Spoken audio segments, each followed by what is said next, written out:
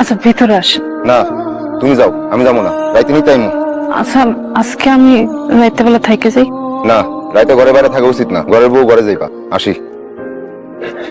নতুন বাড়ি কেমন লাগতেছে রে মা? নতুন বাড়ি গেছস, বুঝা শুনে সংসার করিস। আহা, তুমি এত কথা কইও না তো, ও কি কম বুঝে? আর যে বাড়িতে বিয়া দিছি আলহামদুলিল্লাহ। ভালো হইলো ভালো। আবার তোমার টাচ মোবাইল ছিল না, ওটা আমার দিও, তো আমি নিয়ে যাবো।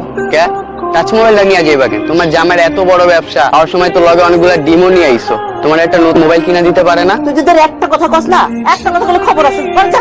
খালি বসে বসে কথা কইতেছে। আচ্ছা মা, নিয়ে যাস, ফোনটা নিয়ে যাস। ঘরে ঢোকার পর কেমন এসব নকশা দেখা লাগবো? কি হয়েছে আমার কোন? কিছু বুঝো না, এটা কেনা দিচ্ছে? বাড়ি থেকে নিয়ে আসছি।